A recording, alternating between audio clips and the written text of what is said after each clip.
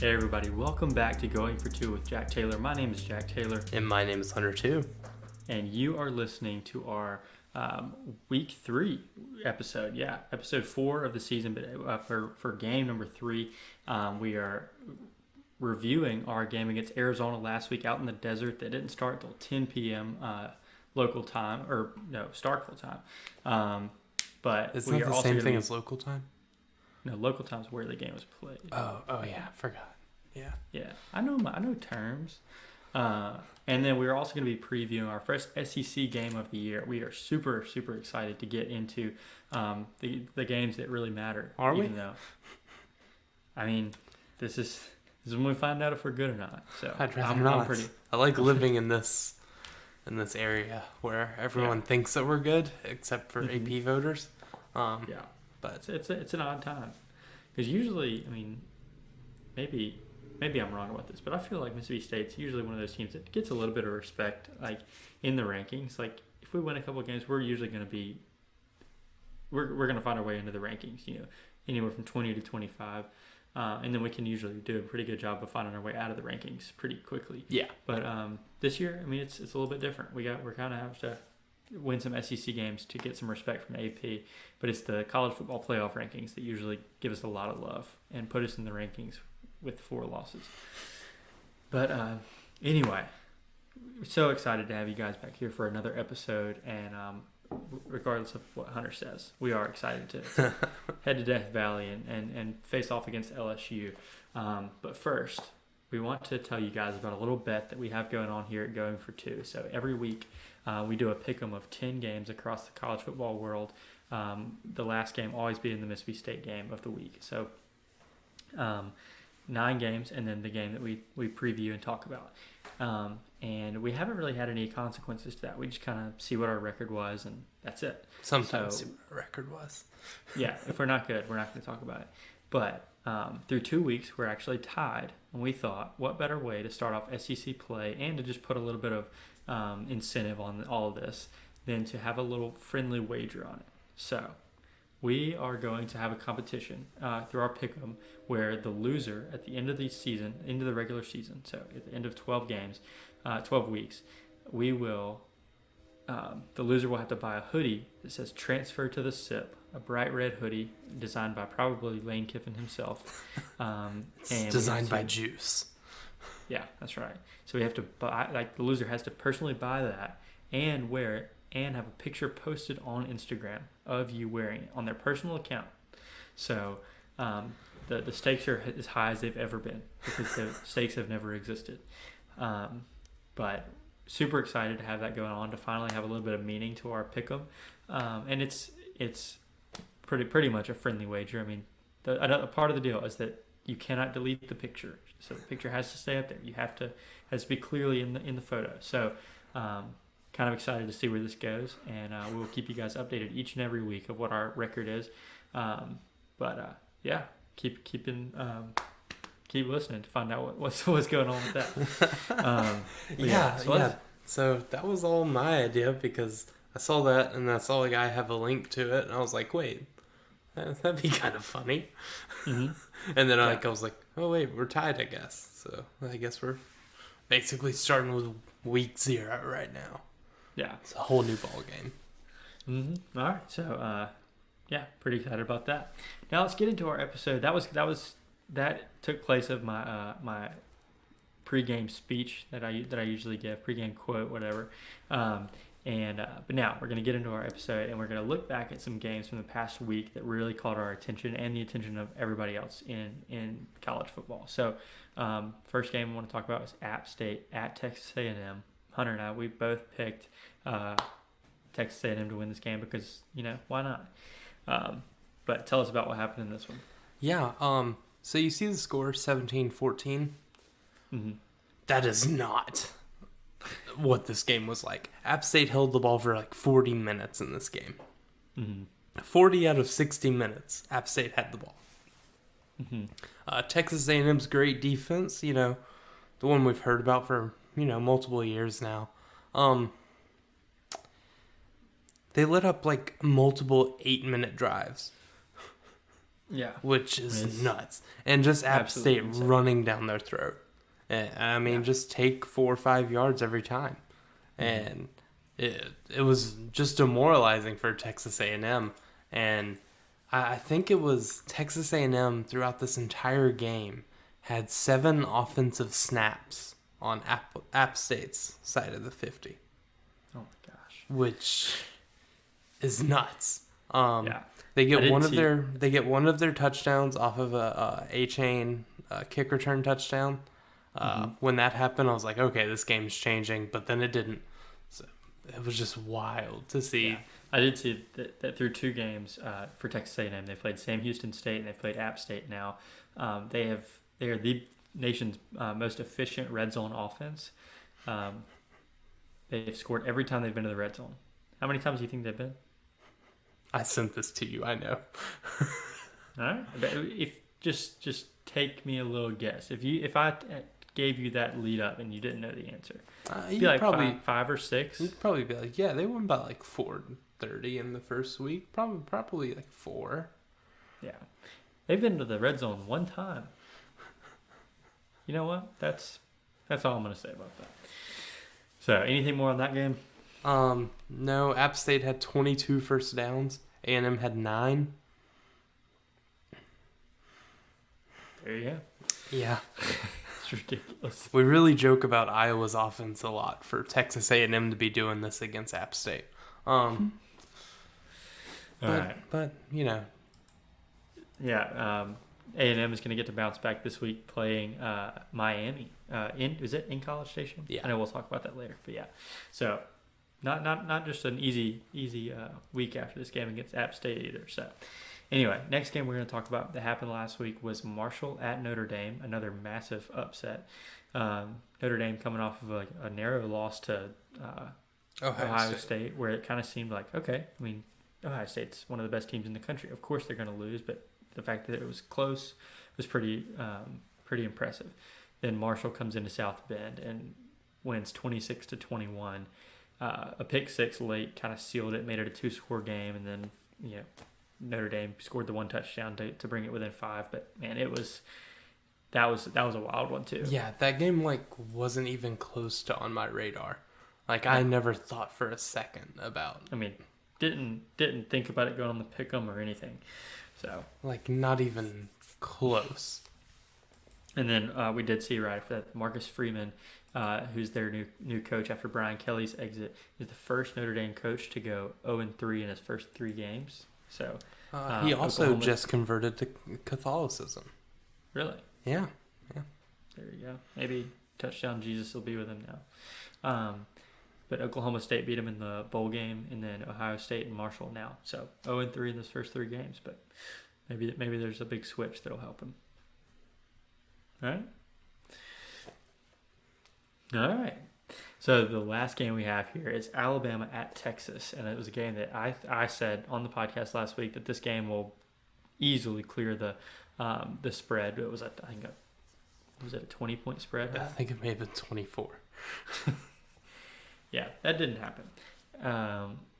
Alabama wins 20-19, and just like the App State Texas A&M game, I don't even think the score of this one tells you the whole story. No, I mean there was blown calls on a safety that I don't even know what all went on there. I wasn't watching the game at that point, so I'm just going to let you take over on this one too. Yeah. So this game, it says people are kind of trying to say okay, who does this say more about? I think it says almost equal about both teams. It comes out Quinn Ewers looks fantastic. Mm-hmm. He's dealing. He has a drop touchdown in the end zone. Would have put them up 7 early. Actually up 4 early. Mm-hmm. But they dropped that, and then Alabama scores, brings it 10-3, and then he drives down and scores again. No, yeah, he drives down, scores. Bijan Robinson scores. So it's 10-10. They punt a few times. And somewhere in there, Quinn Ewers gets hurt. Yeah. And then Hudson Card comes in. He won the job from Casey Thompson late in the season last year. So he stayed and became the backup with Quinn Ewers, and Hudson Card, like he's okay, but then how things happen against Alabama. He gets absolutely brutalized, and now you have basically your third string quarterback playing on one leg. Yeah. Which for Texas teams in the past year has worked well. And this one looked like it was going to work well. But Texas's defense was really, really good. They were awesome. I mean, they were like a corner blitz connecting on Bryce Young away from winning the game. I mean, and in the last drive. Yeah. One thing about Alabama, their wide receivers are not like how they usually are. Yeah. Like, Jahmyr Gibbs was their best wide receiver. He's a running back. A Jalen Waddle, John Mechie, Jamison Williams, just darting across the field. I didn't see any of that. I don't know which one of these guys is supposed to be that. I've heard Ja'Cory Brooks' name, so I assume he's pretty good. But these guys, I mean, I think Jermaine Burton is the Georgia transfer. But it's weird to see. And I'm sure one of those guys will come out and be like one of those guys we've mentioned. Maybe. Just that seems like an identity that Alabama wide receivers have. But as of right now, they don't have that, so they have a lot to prove. And I don't know if this is like a since Bill O'Brien took over the offense, but Alabama has looked beatable in like multiple games. Like their Not offense the game that we played them. Yeah, we never catch those. Another thing, Alabama committed, how many penalties was it? It was like by far the most in the. I'm maybe dreaming this. I think I saw 15. It was 15 for 100 yards. Okay. And the refs were still on Alabama's side. Yeah. Like wild. But all in all, I like you said, it says an even amount about both teams. I do think that it's very, very justified for Texas to lose this game and still jump up into the rankings. Oh, yeah, 100%. They are very much deserving of that, strictly because of their defense. And if Quinn Ewers is able to come back here, and I mean, there's a clavicle injury. I don't know how serious that is, but I think they said 3 or 4 weeks. Yeah. If he comes back and he plays well, this Texas team could be fun. Well, we were about to see Quinn Ewers win the Heisman. Yeah. I mean it could have been like a Joe Burrow type Heisman moment. And I mean, he still could be with like how good he was when he was in the game. He could be like Caleb Williams last year, where like he came out of like halfway through the season, and then you're like, oh, okay. I mean, this guy's pretty good. Yeah. So those are the 3 big games we saw last week. We also saw Kentucky beat Florida in the swamp, and then BYU beat Baylor. That was at BYU, correct? Yeah. Okay. So those were 2 other big games. Not necessarily just crazy upsets though. So we just wanted to mention those 3 just notable games. I guess Tennessee beat Pitt. That's pretty notable. Yeah, that was at Pitt. That was gross. Yeah, I'm so glad I didn't have to sit through that. Now we're going to move on to our game against Arizona. So if you weren't able to stay up for the end of that one, and if you hadn't heard the result since then, we did win this game. It was 39-17. So I'm very worried about you. This is how you find out the final score to games. But all right, I'm just going to tell you, we did not look clean again in this game. I can't believe we haven't put 2 good halves of football together, Hunter. I'm starting to think it may just not happen. Alabama put 2 drives together. Mm-hmm. Turns out you don't have to play a perfect game to win football games. Also, you don't have to stomp out your opponent to win football games. I've heard all you have to do is score more points than them.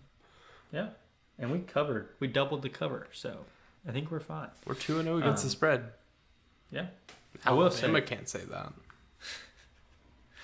I will say in this game, we did have several moments where we tried to give Arizona opportunities. Oh, yeah. I mean, Will had 1 interception. That wasn't his fault, but nonetheless, it's an interception.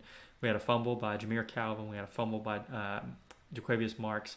and all three of those could have gotten Arizona back into it, but they just refused to score touchdowns off of our turnovers. And I'm just going to tell you, MSU teams, like MSU defenses, and I guess I'll put it on the defense, but like they would have folded in years past. Yeah. In these past 2 years, like I look at the Memphis game last year where we were clearly the better team, but we just kept on and kept on and kept on giving them opportunities. And every time we went for it on fourth down and didn't get it or turned the ball over, they scored. I mean, they would drove down the field 98 yards on one drive to score a touchdown to get back into it, and then we fumbled and got a scoop and score. This is all in the Memphis game last year. But in this Arizona game, it's a combination, I know, of Arizona not being very good, but I know and Jaden Delora being my best friend. Yeah, but I mean, I don't think the Memphis team from last year was an excellent team either. Like our team just got down when we turned the ball over, when we didn't score or something like that, and our defense just kind of took the offense's emotion, and they were also down. Defense stepped up huge in this game and would get turnovers of their own or just get stops and hold them to field goals. And it was a lot of fun to watch. So this team is just more veteran. We just have way more veterans than we have in the past few years. And those experiences, like again in the Memphis game last year, have molded this team to be a team that can handle adversity a little bit more. So some things that did jump out to me is that when we got to the red zone, we did score. Again, we ran the ball, and oh my gosh. Surely we got 7 points when we scored, right? Right? We'll talk about that in a minute. We ran the ball, and early on especially, Arizona could not touch our running game. No, not at all. We ran the ball all over them. Dylan Johnson had a really, really fun game. I said it once, I'll say it again. We gave them momentum time and time again, and they just couldn't take it. I remember at the end of the third quarter, going into the fourth quarter, their crowd was getting back into it, and it just seemed like I've kind of seen this movie before. Like Mississippi State's just about to give this game away, and I think they made it a one-score game, if I'm not mistaken, and we were just able to come back, slam the door, and win this game by 22. Mm-hmm. So I was really impressed, and it's fun to double the cover or double the spread of a game and not even play clean football. Yeah, so it's way different from years past. With like how I've watched this team, most of the time, the issues they compound. Mm-hmm. So like one thing goes wrong, then the next thing, and then we have a penalty, then we're on 3rd and 28. Or something like that. And that really doesn't seem to happen much this year. At least it hasn't started where people are, compounding the issues. And that's been really good to see. That's what's been killing us. I think in 2020 we saw KJ Costello start this season, and anytime he would make a mistake, it was like it was going to be followed by more mistakes from him, more mistakes from the offensive line, kind of a hit and miss defense. I mean, it's just not good. Last year we saw kind of some of the same. I mean, Will is a little bit more comfortable, a lot better of a leader, but still, I could see him getting down on himself every time he made a mistake. And you look at that Bama game. I mean, like he started out really, really good in that first drive, and then as soon as he threw that first interception, it was all out the window. Yeah. Now he has become just a much better leader. I mean, very, very positive on the sidelines, on the field. He seems to have a really good relationship with the offensive line and receivers, and he's just the guy, and he just looks really, really comfortable in a system that, I mean, I guess he's been in since he was a freshman in high school, but it's kind of weird how that works. But man, I'm a big believer in Will, if not for his like ability to throw, definitely for his leadership. I really like it. It's honestly pretty awesome. I'd like to say I enjoyed this game, but through combination of us trying to let them have, some part in the game, and it being like 1 a.m. Like I drank coffee at like 12 a.m. So like my heart rate was like wild in this game. Like I don't drink coffee, and I went and got like a large coffee from McDonald's. Gosh, I had to stay up. Got to. But yeah. Other than that part of the game, I mean, I thoroughly enjoyed this. Yeah. Like there was times I was like, wow, football is the easiest sport ever, and and then I'd get to watch Jaden Delora run around in the backfield for around 40 seconds and then throw an interception. Yeah. Like, oh, he's about to do something big. The something big in question was throwing an interception 50 yards down. He woke up feeling dangerous going against Mike Leach. Yeah. He was there to prove something to Mike Leach. I think Mike Leach made the right decision. Mike Leach made a business decision. Yeah. Okay. More things that happened on the offense. So 10 receivers caught passes. We had 2 guys catch touchdowns. Austin Williams is back. He had 5 receptions, 31 yards, and 2 of the touchdowns. Dude, he's such a hard worker. He's such a blue collar guy. He's just a high motor guy. Real lunch pail fella. First Brings in, his hard last hat to out. work every day. Type of guy you'd like to marry your daughter. And then there's Caleb Ducking, who had 7 receptions for 56 yards and 2 touchdowns, and a really, really good celebration that I hope we see more of throughout the year. They're doing some duck celebration that I may be too old to understand. Ducking caught the ball and... I think it's a duck that waddles. Gosh, I hated those announcers the other day, bro. I wish it wasn't us playing because it would have been hilarious. Like watching like Arkansas play. Them talking about like KJ Jefferson. Yeah. But well, offense, I mean, looked great. Other than the ducking, the ducking had a ball that just bounced off his hands. It was a perfect pass from Will, bounced off his hands, and that was the one interception that they had today. But he looked great. I mean, he's becoming our one of our big targets in the end zone. I think Ra Thomas is still the guy that had the most receiving yards the other day. Yeah. I think he had 61. 63. Okay.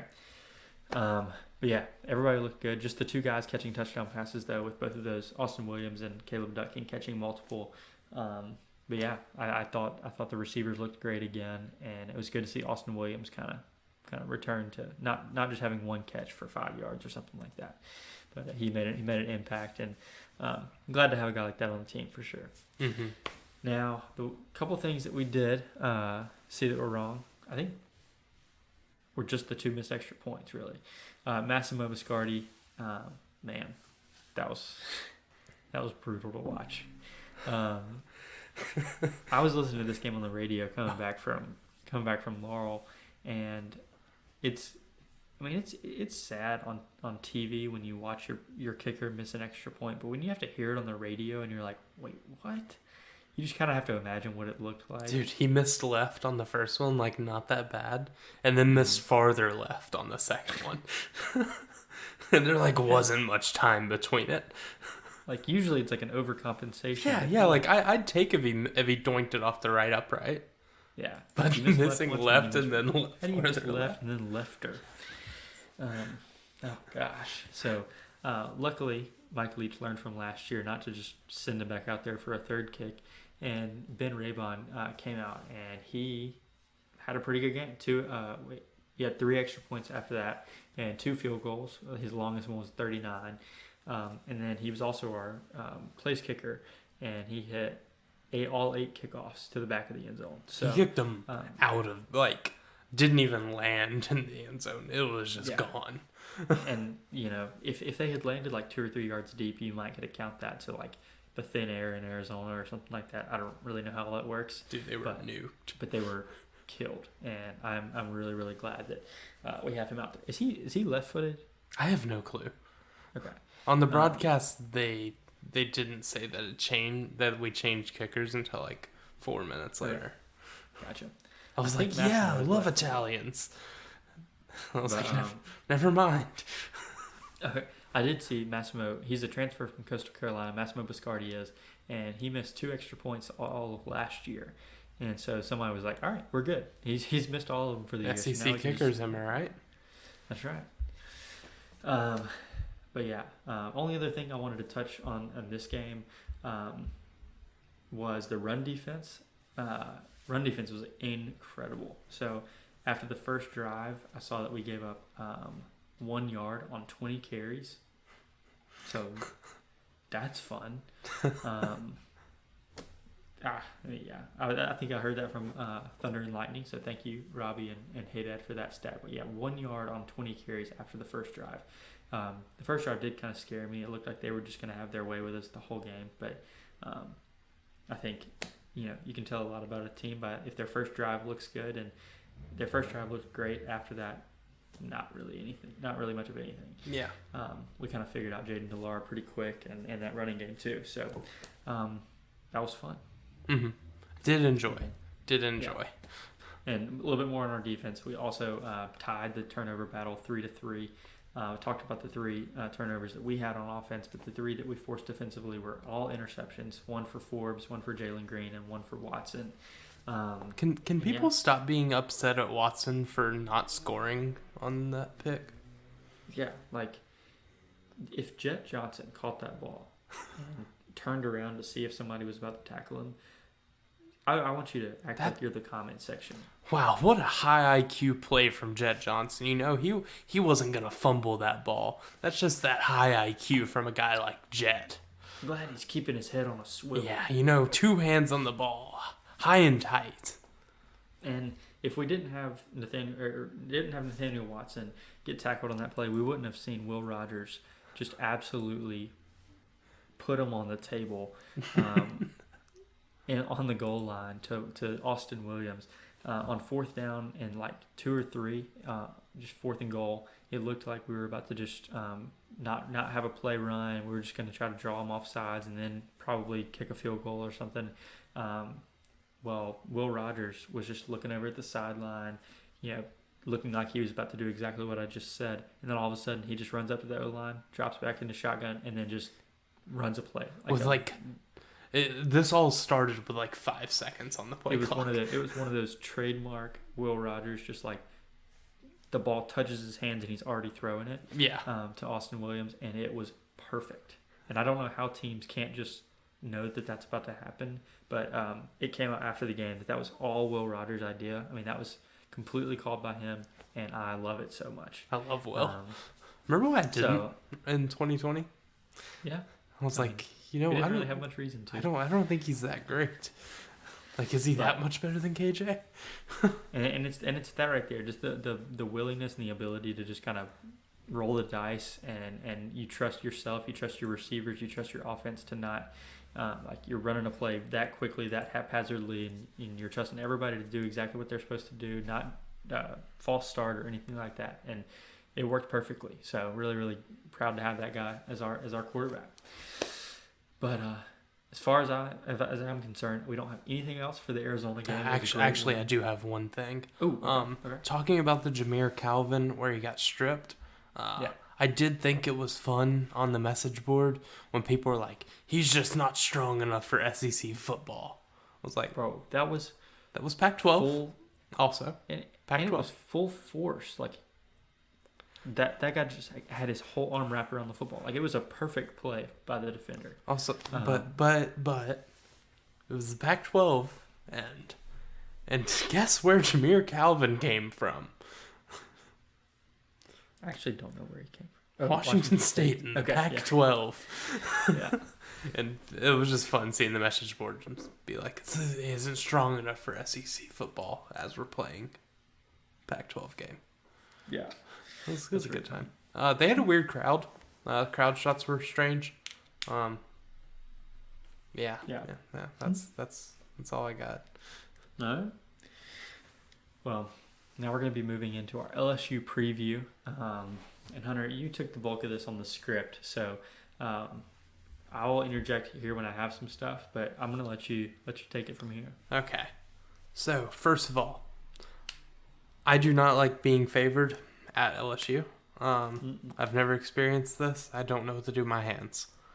And it's not like we're just favored by 0.5. It's 2.5. And Tiger Stadium is worth 3 points. I think that's the typical betting thing. So if it was neutral site, That's 5.5 points, correct? Yeah. Yeah. Yeah. Mm-hmm.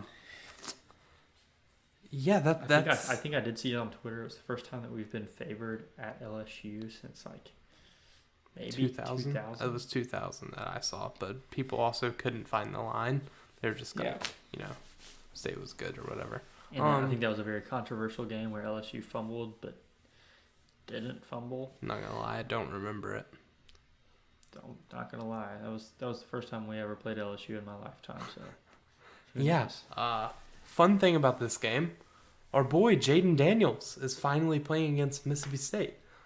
For about 2 seasons, we have been putting Arizona State on our pick'em because I like Jaden Daniels. Yeah. I saw him when he was a freshman, I think it was beat Oregon or something to mess up the Pac-12. I enjoyed that, and I kept with him. So it's fun. Chaos. It's fun to see a little crossover episode. Yeah, that's exactly what this is. Yeah. So Jaden Daniels, I guess we'll go over him first. He is first in the country from quarterbacks in run grade, first in yards after contact per attempt, first in runs of 10 yards plus, first in scramble yards, and in the country is 7th in adjusted completion percentage at 86.4. That leads the SEC. 9th in NFL passer rating, 133, which is first in the SEC. But I would like to also say, after the Florida State game, it would be very hard to find an LSU fan that wanted Jaden to keep the job. Yeah. And I don't really understand how that changed so fast. I mean, I guess Nuss got in against Southern University and threw 2 picks or something. But I don't know how, the backup isn't good, changes into, wow, Jaden's our guy, If you thought he sucked, he still sucks. Yeah. The backup sucking doesn't really change that. And going 14 for 15 against Southern. In their game against Southern, they were up 37-0 as they went into the second quarter, which if you think you just misheard me, you didn't. 37-0 after the first quarter. Didn't Southern fumble the first kickoff? Yeah. And then I think threw a pick 6 and another interception in that quarter. Oh my gosh. So he played, I think, the first quarter and then the first possession of the second quarter, and then didn't touch the field after that. So if you're looking at his stats for this game, they're not going to jump off the page like they should against a team like Southern, but he really was not needed. And for an LSU team that wasn't really sure who their quarterback would be, I think it was good for them to find an opportunity, for Brian Kelly to find that opportunity to put another guy in, and he threw 2 interceptions. So looks like Jaden Daniels is going to be their guy, at least for the time being, and he definitely will be on Saturday. Yeah. A few other points for this one. John Emery is back. He didn't play at all last year. He's been there since 2019. LSU fans talk about him like he's really good. I personally have not seen that. Mm-hmm. And I don't really know what to say about that. Your career high is 101 and it's against Vandy in 2020. So, that's not great. Yeah. He is a national champion, so we have to give him that, right? So, I just had my ESPN page, and it started blasting a Dancing with the Stars ad in my ears, and I thought that the world was ending. So, if you said anything in the past 5 seconds, I was frantically muting that. I said, well, John Emery is a national champion, so you have to add that to his resume. Mm-hmm. We have to refer to him as national champion John Emery. Right? You know who we don't have to have that prefix with? Brian Kelly. You're right. Yeah. I think he's 9 wins ahead of Nick Saban in career wins for an active head coach. Mm-hmm. So next season, Nick Saban will pass him. Yeah, his first SEC game. we can definitely say LSU's on pace to go 6-6, and Bama's on pace to go 12-0. So 14 at now. pick up. Well, I'm just talking regular season. I mean, they haven't lost. You're right. You're right. Yeah, Brian Kelly, first SEC game. Yeah. He had a little bit of an introduction to kind of LSU last week, with that first true home game. But it's gonna be different for the SEC game. Last week was kind of a kumbaya game for Baton Rouge. You get the two universities there. The bands all do stuff together. It was honestly awesome. I've been watching the videos all week just because it's like two of my favorite like school bands. It was pretty cool to see. Yeah. So for Brian Kelly and his family, it's probably going to be a really big weekend for them. But just like you were saying, just getting that first true like Death Valley experience as the head coach will be pretty awesome. But I hope we can put a damper on it and make it pretty quiet, much like we did in 2014. So another big name that we did see in the first game for LSU against Florida State, and we talked about it a little bit last week, Malik Neighbors, who was the Mississippi State commit, who had like the maroon tie, Mississippi State cake and everything on his table in his school gym, and then gets the call from LSU. And now he's an LSU Tiger. Yeah, he's their leading receiver. Mm-hmm. So that's fun. He's also their leader in muffed punts, with 2 of those. Which, how do you do that twice in one game? Don't want to know. Jack, I would like to know on your integrity here. Say you are in Malik Neighbors' position, and a team coming off of winning a national championship calls you. Oh, dude, I absolutely do not blame him. I'm just saying. Not at all. Like, I don't understand the people that are like absolutely hating on the move. I understand. I understand that people are upset. Like, it's a commitment. You need to keep your word. But, like, if he had known that LSU was going to offer him the whole time, I promise you he wasn't committing to Mississippi State. Guarantee you that.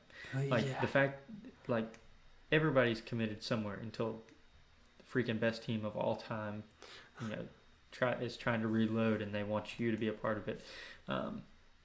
I don't blame Malik at all. Yeah. The people really going after him for that are a little weird in my book. Like, you just kind of have to take in the context of it. We're Mississippi State. That's LSU. Yeah. I completely understand the move. I guess I get the whole, like I said, the whole like commit wherever you're stay committed wherever you're committed, whatever. It's just a different circumstance for we should never recruit anyone that has a commitment then. Yeah, exactly. Those same people will also celebrate when we flip someone. When we flip a Ole Miss commit or LSU commit or something like that. So last second blindside. Yeah. Merry Flipmas. Ooh, maybe that should be the shirt. No. Actually, the loser gets to choose. Oh, God. Winner gets to choose. Winner gets to choose. It will be around Christmas time, so that would be fun. All right, what else you got on this LSU game? Keyshawn Boutte seems to like football again. Ooh. So he's another one of the LSU wide receivers. I think he was a preseason All-American. He's one of those guys. Like he does that football. He does that football. Boutte's really good. He torched us last year, I believe. I think he had 2 big touchdowns against us. One was stupidly wide open. Still don't understand how that happened. Yeah. But they have a good wide receiver core. Other than that, I've been told, I've heard that their offensive line is really young. I'm not really sure if that matters if they look shaky against Florida State. It's week 1. Yeah. Completely understand that. Yeah, their D-line, I have no clue what to think about them. One thing I do know is that their defensive backs are not good. DBU does not have any up and coming names this year that I can tell. They will probably all be prime Derek Stingley this weekend, but as of right now, we don't know much about any of them. Yeah. Their best defensive back from last year is currently playing corner for Alabama, Eli Ricks. LSU's team coverage grade is one of the 15 lowest in the Power 5 this season. That doesn't seem good going against the team with the highest pass rate in the country. Yeah. But, they'll probably look like the 85 Bears. You sure do know football, Hunter. Man, I'm good at football. You had a great game tonight. Yeah, played really well.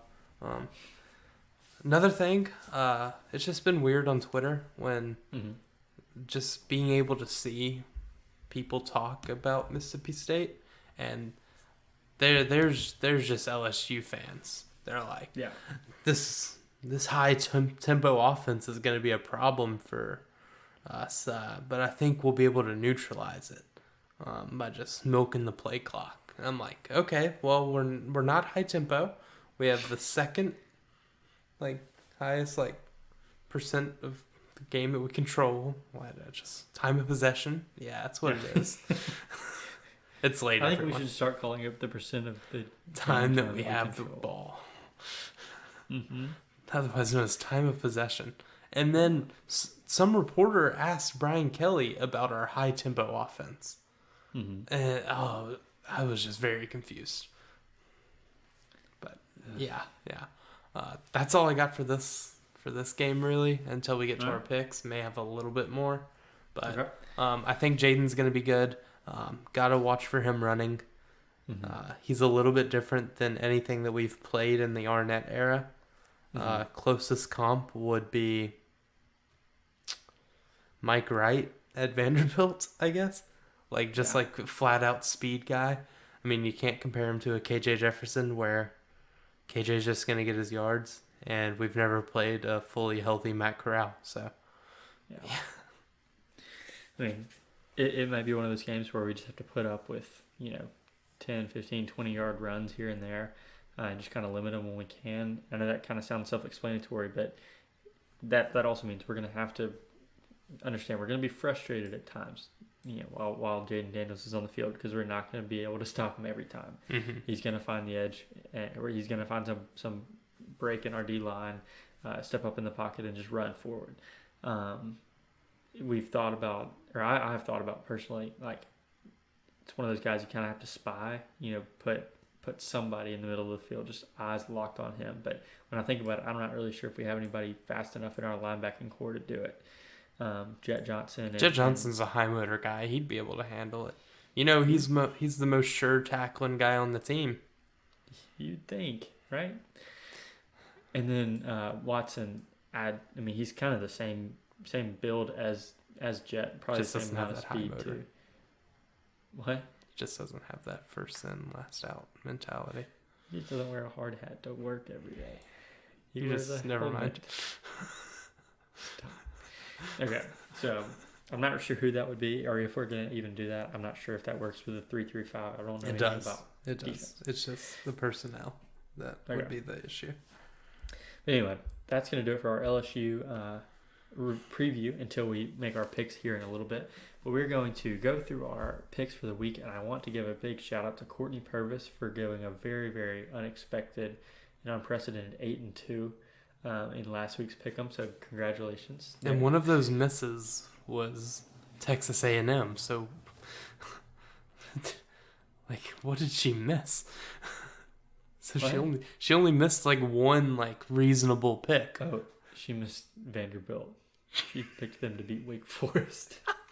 So she had the polar opposites. Yeah. Nice, Courtney. Yeah. All right. So game number 1, and I guess we'll rapid fire this like we did last week, unless we have something special to say about the game. But number 1, Georgia at South Carolina. Georgia. All right. Next we got Purdue at Syracuse. Syracuse. And just so y'all know, just so me and Hunter know, that we're not cheating and like picking based on what the other one picks. We submitted these picks beforehand, which is something we've never done. So we're not cheating on our pick 'em bet. So the game number 2, Purdue at Syracuse. You picked Syracuse. I picked Purdue. Yeah. Game number 3, number 20, Ole Miss at Georgia Tech. I think this Ole game Miss. could be close, but picking Ole Miss. Picked Ole Miss as well. So same on that one. Game number 4 is number 12, BYU at number 25, Oregon. I may be wrong about this one because this is technically Bo Nix at home, but I'm taking BYU here. I have them in my playoffs. Okay. I'm going to take BYU here as well. Oregon has a whole lot to prove here. Being without Mario Cristobal for, I guess this is their 3rd game without him, and they just have not looked good this season. So they looked good last week. Bo Nix at home is different. All right, I'm still going BYU. I don't care. Game number 5, we have number 22, Penn State at Auburn. I've really enjoyed this home and home. Can't wait to see this year's rendition of it. Wish it was Bo Nix, but it's not. Picking Penn State. I'm going Penn State as well. Don't have much of a reason there. I just don't think Auburn's really good. I think they kind of stink. Game number 6 is Texas Tech at number 16, NC State. NC State. Yeah, Texas Tech coming off of a huge win for their program against Houston. They stormed the field after that one. For those of you taking notes, which means that if you get a lot of fans to agree to something, you can storm the field after any game that you want to. Let's storm the field this week. That'd be a great idea. All right, I'm going NC State as well. Yeah. Game number 7 is number 11, Michigan State at Washington. Yeah, I'm going Washington here. Okay. I know they weren't good like last year, but they got Fresno State's head coach, and they're honestly looking pretty good. So give me Washington. Yeah, these teams from Washington are beating Big Ten teams here recently. Washington State beat Wisconsin, I think it was last week. Yeah. And I just think that Michigan State's coming to put a stop to that. So taking the heavy underdog, number 11, Michigan State. Game number 8, we've got number 13, Miami at number 24. How are they still ranked? Texas A&M. Yeah. And as much as I would like Miami to win this game, A&M's blowing them out in this game. Max Johnson's getting the start. They're going to come out. A&M's not dead. They have the ability to get really, really dead really, really, really quickly. But I don't think it's happening right here. No. But if they lose this, they are looking at 5 straight losses in the face. I mean, last year, Texas A&M had every right to be dead after losing to Mississippi State, and they just completely went the opposite way and beat Bama. So I'm not lost saying to Ole Miss. And then lost to Ole Miss. Yeah, I'm not saying that Miami and is LSU. Bama, but in this situation, Jimbo has a way of just out coaching for his life, and he'll do it here. He's going to get a contract extension after this one. Randomly. All right, so we're both going A&M there. Game number 9, Fresno State at number 7, USC. Got your pick on this one? Give me the 3 letters, USC. What you got? I think this game is going to be more interesting than people are making it out to be. I get to watch Jake Haener run around at midnight. Yeah, but I'm still picking USC. I think that right now USC is one of the teams that kind of looks like a lock for the playoffs with just the amount of star power that they have. I mean, they went out there and just didn't even play with Stanford. It was 41-28, but I don't think at any point they were sweating that one. And Caleb Williams is leading the Heisman race, and it's just good times for USC. Mm-hmm. Yeah, I agree. I'm taking them as well. So, finally, America's game of the week, game number 10, Mississippi State at LSU. It's a night game in Death Valley, 5 p.m. And that's exactly what time the Mississippi State LSU game started in Death Valley in 2014. The one that broke me? Coincidence? Probably so.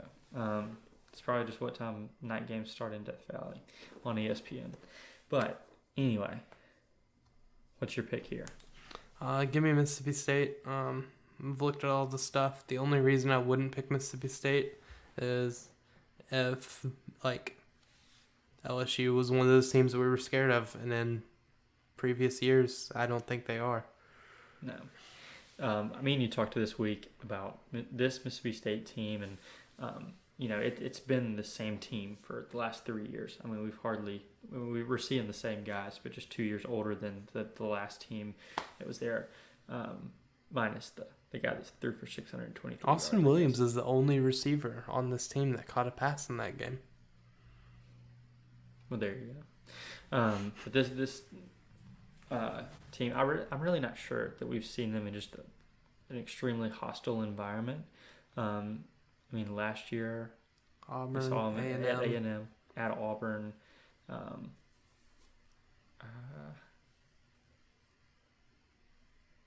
I don't really know. Like, I guess those were the two, and we were able to win both of those games. I'm excited to see them in a true hostile environment. I mean, we played in Death Valley in 2020 in a day game with COVID. Oh yeah, we capacity. also played at Arkansas and had no problems, other than kicking. I mean, me and you, we just talked about. I mean, we hadn't seen this team just buckle under just a heavily favored or a heavy, just crazy crowd, and I don't expect them to do that this weekend. Yeah, LSU it's not the 2019 team, and I don't think that we're scared by a name on the jersey, unless it's Bama. That name on the jersey. Pretty much scared of that one. So I'm also going to go Mississippi State, and my score prediction, since we're doing that, this won't mean anything for the pick'em, I don't guess, unless a tiebreaker comes out. But we go through each week. I'm going to go 31-17. Okay. I'm still going to ride with my offense. 41-29. 41-29. I like it. I think we see Mississippi State more like in a game, not like LSU's like two scores away, but I think that like we'll be like in a game with them. Like, you have to go score right here. So Will's gonna put up like stupid numbers. Or we're actually gonna like have to go score. Like, not just like, okay, let's eat up a bunch of clock right here. So that's why both scores are high on that one. All right. I like it. All right. Offensive Player of the Week. I think I'm going to go... I don't know. Doing Offensive Player of the Week when you're an air raid offense is so weird. Because it's like... What do you pick the right guy? All of these guys are going to put up similar stat lines, but one of them's going to have like 3 touchdowns and one of them's going to have 0. I'm going to go... I think I did him week 1, but I'm going to go Jaden Wally in this one. Okay. Give me Dylan Johnson. Okay. I hope LSU can't tackle out wide. That is all. I like it. Defensive Player of the Week. Should I do it again? You said that you weren't. I wouldn't mess with the... So don't do him again? I wouldn't do it again. You said that you wouldn't do it again if he did the thing, and he did the thing. Okay. I'm going to go Marcus Banks. Okay. Just to... I don't know why he'll be in the game, but he's going to do something brazy. Okay, cool. I think I may have picked him last week. But give me... Was it... No? Did I pick him last week? I don't know. But give me Jalen Green. He's... Okay. Actually, let me change that. Which one's the guy that comes off the edge? The West Virginia transfer? Ooh. I don't know. Dude, why did I forget his name?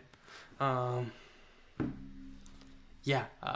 think we're going to blitz a lot. And I think getting home will be very important in this game. Dude, why did I forget his name? Jackie Matthews, I believe. There we go. I like it.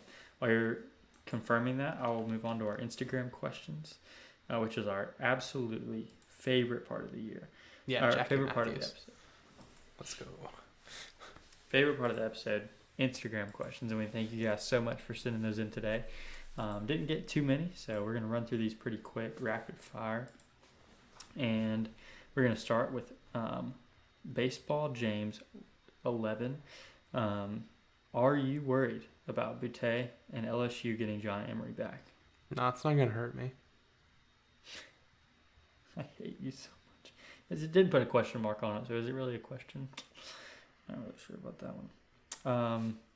Butte, we had a great game against us last year, like we said, and Emery has all the qualifications. Has all the everything to be a guy that kills us on Saturday, but he hasn't proven that he could do that. So I'm not going to be worried about him until he runs for 100 in the first half. Mm-hmm. Is that all you got? Yeah, pretty much on that one. Okay. Luke Meyer, 1234 asks, does Will Rogers rush for over 100 yards on Saturday? Give me just an emphatic answer on this one. No. Nope. All right. Thank you, Luke. Now, next question comes from Brooks Taylor. Have your season projections changed after these first weeks? No, but the range has changed. Yeah. I used to think that we could go like 6-6 to like 9-3. Now that's bumped up to like 7-4 to 10-2. Yeah. How I feel about State's team has not changed. How I feel about other teams has. A&M looks severely more beatable than I thought they would, even though I always like our chances against A&M. It just looks way more possible now. Same thing with LSU. When I look at them on a schedule every single year, I get a little bit more worried. And then this year, it just hadn't jumped off the page to me. Same thing with Kentucky. I mean, they've looked beatable and they've looked really good. So I don't know. Same thing with you. My range has changed, but it's not really because of what we've looked like. It's because of what other teams have done. Next question is also from Brooks. Running the ball again. Is it a welcome change of pace for you? I mean, whatever works. Yeah. I think Mike Leach is definitely not doing like a 50-50 split just for the heck of it, just to please fans. He's like, if a team can't stop it, why the heck would we not just keep on running? Which is what he did with Arizona until they kind of figured it out, and then we just started passing and then ran a little bit more. So I don't think Leach's adaptation has become like we have to run the ball this percentage of the time. It's like he's not just dead set on passing every time now. Is that fair? I mean, it's Will calling the plays, so. Oh, never mind then. Now we got the last question here from Nathan Taylor. Which MSU player is most likely to replicate the Dak stiff arm from 2014? I'll probably say Will Rogers on a 99-yard run, which is his only run of the game. He ends at 99 yards after that he'll one. End at like his 70 because he's going to get sacked 5 times. Nah, all sacked for 0 yards. Yeah, I've been meaning to ask this year. What's the difference in a 0-yard sack? No. Rephrase that. What's the line? Where's the line drawn between a 0-yard sack and a 0-yard run? The line of scrimmage. Gets me every time. All right. I don't know on that one. I guess a running back, Dylan Johnson. Honestly, Wally. Yeah, randomly, just Wally strength. Disrespecting a guy. What if Caleb Ducking was just waddling around and just stiff-armed a guy? That'd be silly. I don't think that'll happen. Probably not. Probably get a 15-yard penalty for that. Zach Arnett would be mad. All right. Well, that is all of our Instagram questions for today. Thank you to everybody that There sent is them one in. demand in there. drop the pod from Plebeian Monk. Okay. We will. Just be patient, bro.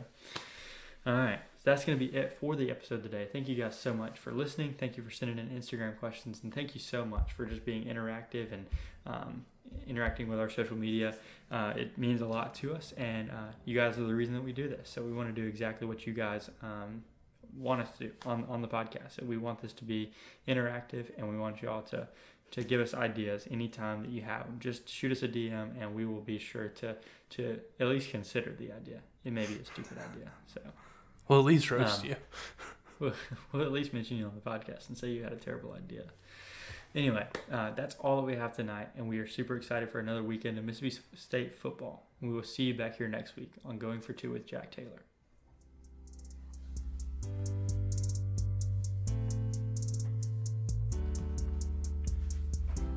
I think we should switch into an ASMR channel. Like just... I'm not quite sure what you mean by that. You know what was really stupid in hindsight? What? In elementary school, our school supplies list made us get book covers. Why?